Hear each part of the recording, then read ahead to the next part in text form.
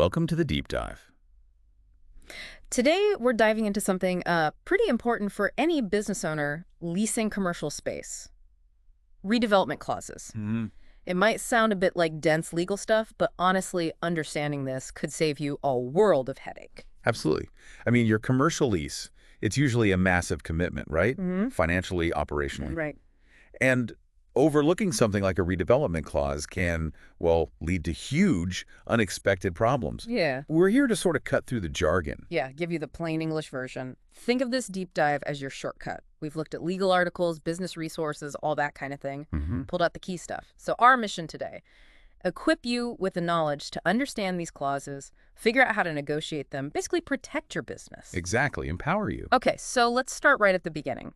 What exactly are we talking about with a redevelopment clause? Okay, simply put, it's a part of your lease agreement that gives the landlord the power to make changes to the property. Changes like? Yeah. What kind of changes? Well, it's a pretty broad spectrum. It's not just, a quick paint job. It can be anything from minor renovations, maybe updating systems, all the way up to major structural work. Wow. Or even in some cases, completely tearing the building down and starting over. Seriously. Demolition. It happens. And the big impact for the tenant, for the business owner, is you might have to relocate somewhere else in the building if that's possible, or it could mean your lease gets terminated early, you're out. Whoa. Okay, so it's kind of like, imagine you rent an apartment, right?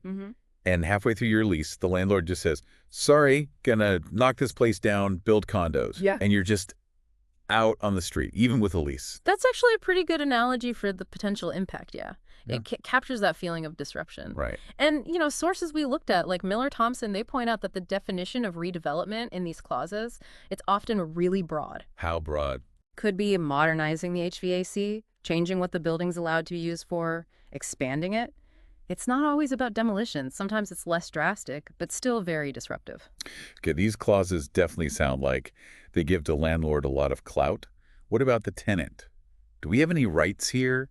It feels a bit unbalanced. It can definitely feel that way at first glance, and that's precisely why, as Miller Thompson really hammers home, you have to meticulously review your lease, every single word. No skipping the fine print on this one.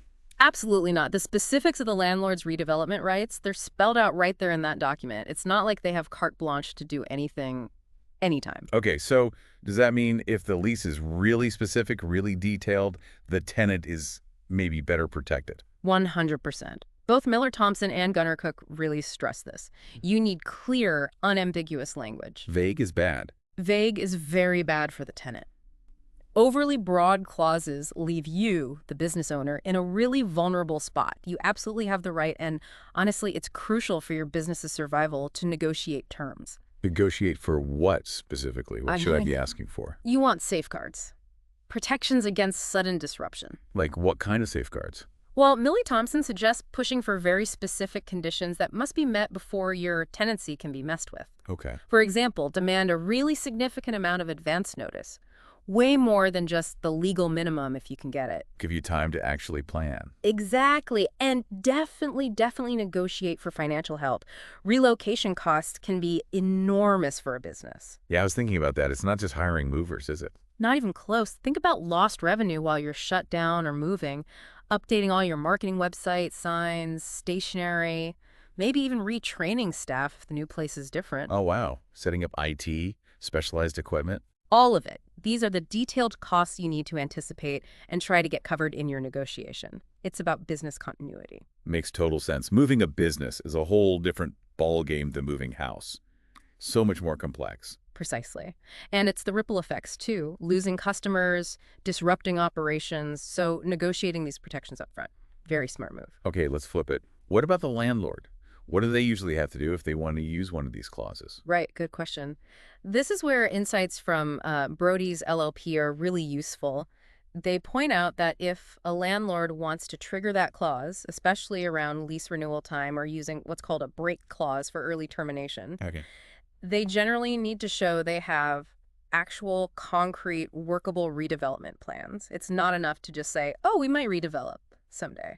So they can't just use it as an excuse. Yeah. Like maybe they just want a different tenant who'll pay more rent, so they vaguely mention redevelopment. That's a key point. If a tenant suspects the plans aren't real, or they're flimsy, not properly thought out, Brody suggests there might actually be grounds to challenge the landlord trying to enforce that clause. That's good to know. So there is some pushback possible. Yes.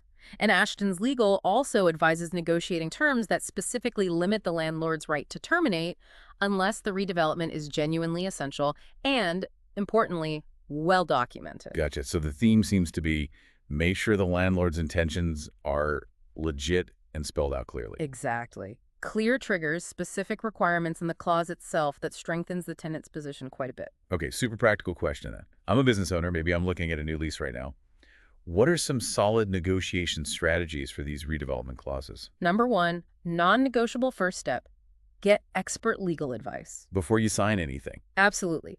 During the negotiation, not after the fact when there's already a problem, a lawyer specializing in commercial leases. They'll understand the jargon, spot the risks, and fight for terms that protect your business. Makes sense. Trying to figure out complex legal language alone when so much is riding on it seems risky. Very risky.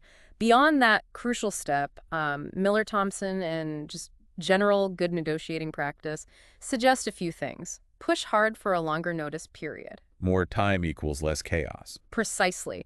The more runway you have, the smoother things will go if you do have to move.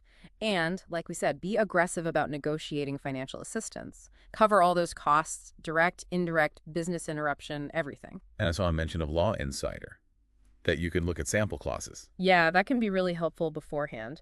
Law Insider has examples of real-world redevelopment clauses. Reviewing those before you negotiate helps you recognize common terms, potential sneaky bits, things that might be weighted unfairly against you. So you go in more prepared. Exactly.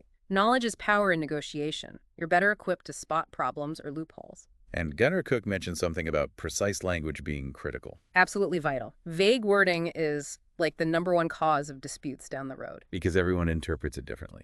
Right, so you need crystal clear definitions. What exactly counts as redevelopment in your lease? What are the precise conditions needed to trigger the clause? What specific compensation are you entitled to? Nail all that down in the agreement. No ambiguity. Okay, but let's say you did all that. You negotiated hard, got what you thought was a solid lease.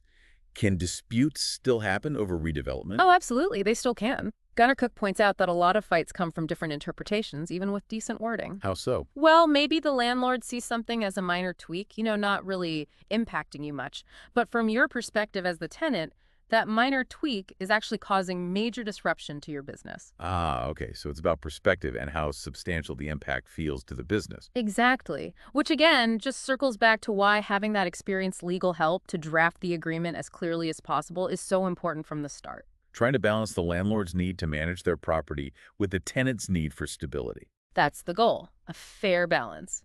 And remember what Brody's LLP said, if the landlord's plan seems weak or not genuine, you might have legal options to challenge it. Right. Okay, let's boil this all down. What are the absolute must-remember takeaways for listeners from this deep dive? Okay, first, read your lease thoroughly. Understand it, especially any redevelopment clauses. Don't just skim, analyze the wording, know the implications. Got it. Number 1, know your current lease inside out. What's 2? Number 2, negotiation is powerful. When you're signing a new lease or even renewing an old one, remember these clauses aren't always take it or leave it. You can discuss and push for terms that protect you better. Don't just accept the first draft. Okay. Yes. 3. 3, get professional help. Seriously, don't go it alone. A commercial real estate lawyer reviewing and negotiating, it's not a cost, it's an investment. It saves massive headaches later. Crucial investment. And final takeaway. Finally, be proactive. Don't wait for that notice from the landlord saying we're redeveloping. Understand your rights. Understand the risks now, before there's a problem. Preparation is your best defense. Knowledge is power, like you said. Exactly. If you take the time to really get this stuff, you're empowering yourself to handle your lease agreements way more effectively. You're safeguarding your business's future. So maybe a good exercise for everyone listening is to, actually pull out their current lease agreement tonight or this week, take a fresh look. Ask yourself, what specific things in my lease could trigger redevelopment? And honestly, how ready is my business if that happened? That's a perfect takeaway question. It forces you to think about the what-ifs and assess your readiness. Do you have a plan B? Or at least the knowledge to make one? Well, that wraps up our deep dive into the sometimes murky but super important world of redevelopment clauses. We really hope this chat gave you some valuable insights, some practical things you can use. Thanks for tuning in. Yes, thank you. It's a vital topic, and hopefully listeners feel a bit more confident tackling these clauses now.